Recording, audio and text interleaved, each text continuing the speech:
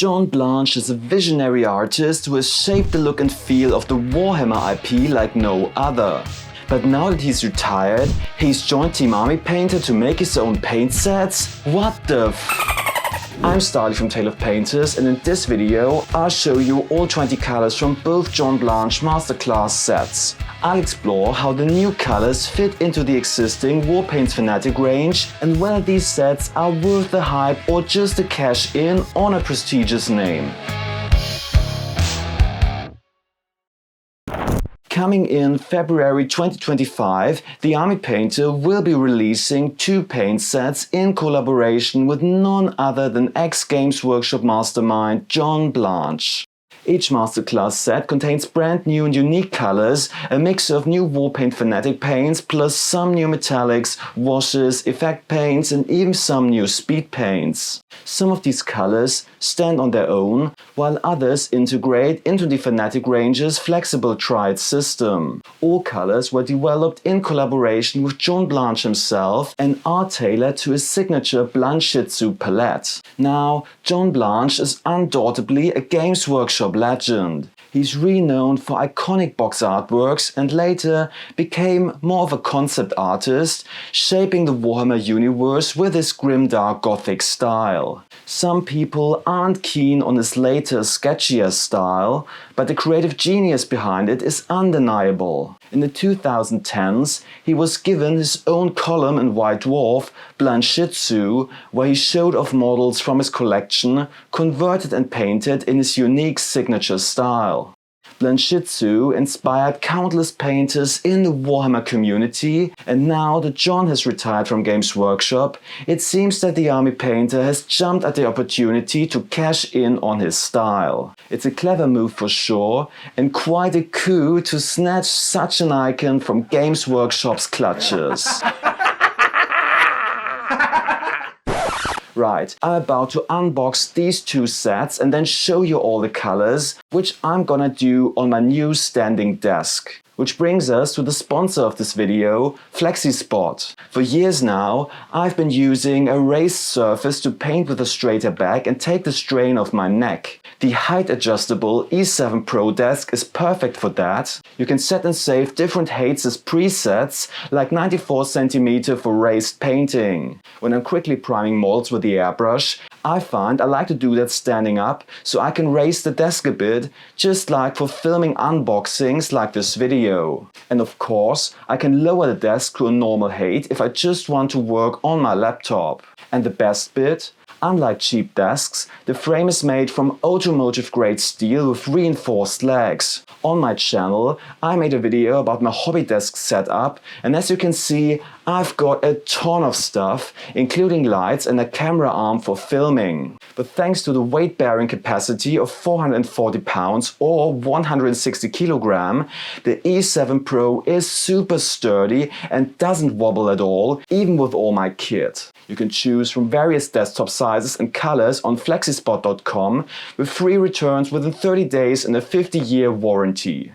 Back to the paints. Let's get this first set open. The box is quite pretty, featuring bespoke artwork by the master John Blanche himself. It's made from regular thin cardboard, nothing that screams super high quality collector's item, but then this is not a limited edition release. Inside, in addition to the paints, you'll find a small flyer explaining how the colors complement the flexible triads, as well as a small art print. The print is the same in both boxes and shows the cover artwork, which is a rather abstract landscape.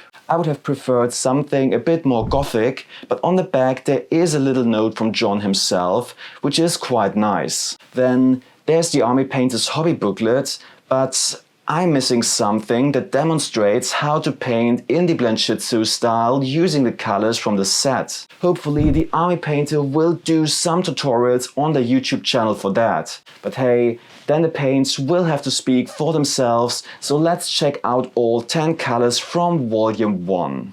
First, we have a new warm off-white and a rich new yellow paint. Then there are 4 dark colors that extend some of the existing flexible triads. I appreciate that because in my original Fanatic video review, I criticized that some flexible triads didn't go dark enough for me. There's a new dark grey that closes the gap between matte black and deep grey, a dark blue, a dark cool green similar to Caliban green, and a dark brown similar to Rhinox hide from the Citadel range. In addition, there is a new brownish gold that I would say is more like a bronze, as well as two washes. Warm Skin Shade matches Flesh Wash from the old Warpaints range, while the aptly named Grim Dark Shadow is an almost black wash with a hint of green. Last but not least, we have a new Speed Paint, a red that is slightly more muted than the existing Speed Paint reds. By the way, these little squares here come from my Warpaints Fanatic swatch, where I hand-painted all 260 colors onto plastic card and professionally digitized them. To coincide with the start of this video, I've added the 20 new colors from both the John Blanche sets. You can get a free update to the new version. I've put a link below in the video description and comments. And if you don't have the swatch yet, check out my Patreon. I've made many more cross-compatible swatches in the same style, for example for Citadel, AK 3rd Gen, Vallejo and many more, as well as for one-coat paints like Contrast and Speed Paint. I'll unbox the colors of the second set in a moment, but first let me tell you a bit about my experiences with the Warpaints Fanatic range. I've already posted 2 videos about them, one an in-depth review of all 260 colors and another more hands-on video in which I painted a striking Scorpion's Exarch from start to finish. The eye painter loves to make bold marketing claims like unparalleled coverage and best paints in the world. Obviously, you have to decode this as marketing, but the Warpaints Fanatic paints are honestly pretty good and for a fair price. I heard of a lot of hobbyists who are really happy with them, and I would love to hear about your experiences with them in the comments below. However, there are a few reasons why Fanatic paints didn't become my daily drivers. The consistency is a bit on the thicker side and I'm not super into the satin finish. But my main gripe is the color palette. Don't get me wrong, there are some really great and unique colors alike, for example the desaturated violets flexible triad, which I used for the Pteruges leather straps on my version of Horus Ascended. But I found a lot of the colors are slightly paler and not as vibrant than comparable colors from other manufacturers due to the high amount of white and grey pigment they added to increase the covering power. And some staple colors of mine are completely absent, like a deep warm red similar to Mephiston red or warm browns like Mournfang brown from Citadel. So maybe the Volume 2 set can fill in those gaps? Well, we have Fiery Vermilion, a bright red, more vibrant than what you can find in the Fanatic range. There's also a new warm orange ochre, as well as 4 more dark colors that complement the existing flexible triads, just like in the other set. These include a darker ochre yellow, a dark olive green and yellow ochre green, as well as a dark burgundy color. In addition, we have a really nice dark steel paint, darker than the existing gunmetal and Citadel's lead belcher. Voodoo Shade is a greenish brown wash. Grim Rust is a brown rust effect paint, and with Turnbull Turquoise we get a new speed paint, which is a quite dark petrol, similar to Tyrian Navy. So lots of dark, or dare I say, grim dark colors in this set. For more bad puns, give this video a like and subscribe to my channel to stay up to date on the latest miniature paint releases. Time for a conclusion. All in all, I think these 2 sets are a solid addition to the Warpaints Fanatic range.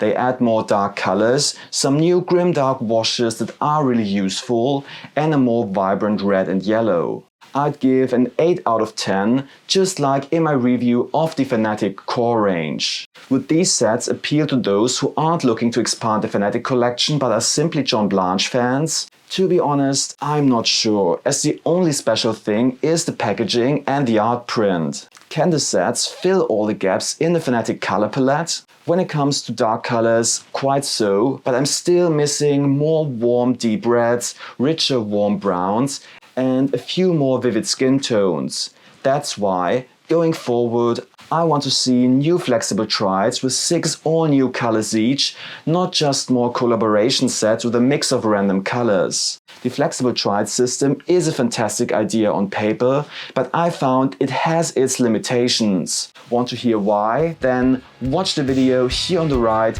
and check out Flexispot's New Year campaign where you can get an additional discount on the E7 Pro height adjustable desk with my code. Happy hobbying!